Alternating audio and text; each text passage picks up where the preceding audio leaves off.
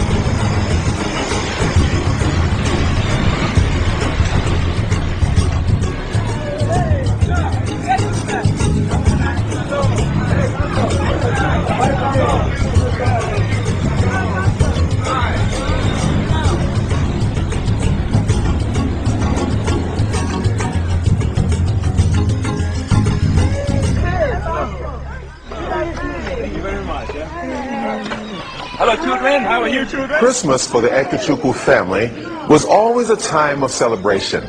Celebration of the birth of Christ and the love of friends and family.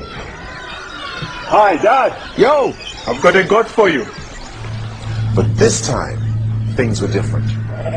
On the surface, everything seemed fine. But inside, Daniel was boiling with anger and unforgiveness.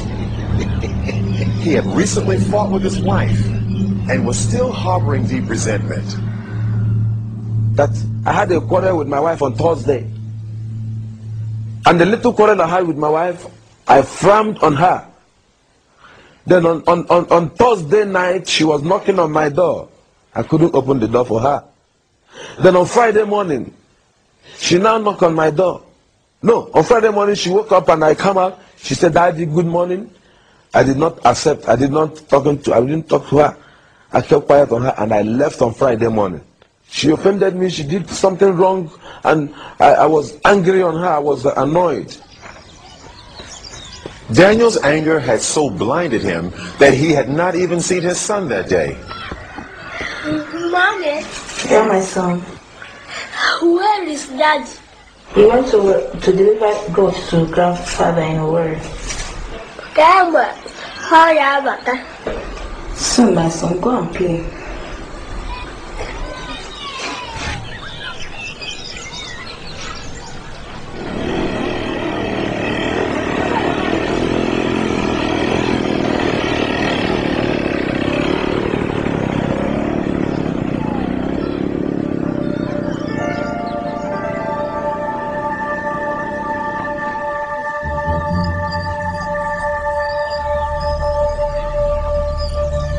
Daniel's thoughts that day were somewhat distracted, almost as if his mind were somewhere else.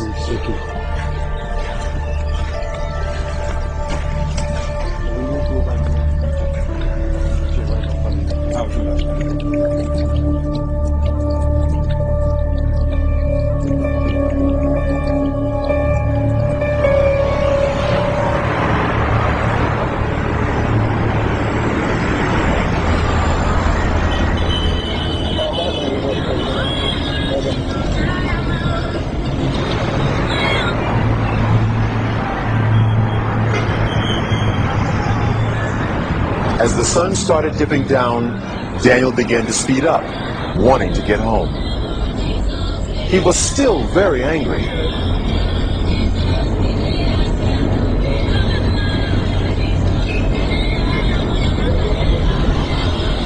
Nigeria's inner-city side streets are notoriously undeveloped. A bumpy ride, to say the least. Daniel knew well to travel cautiously. But that day, the car seemed somewhat sluggish and unresponsive.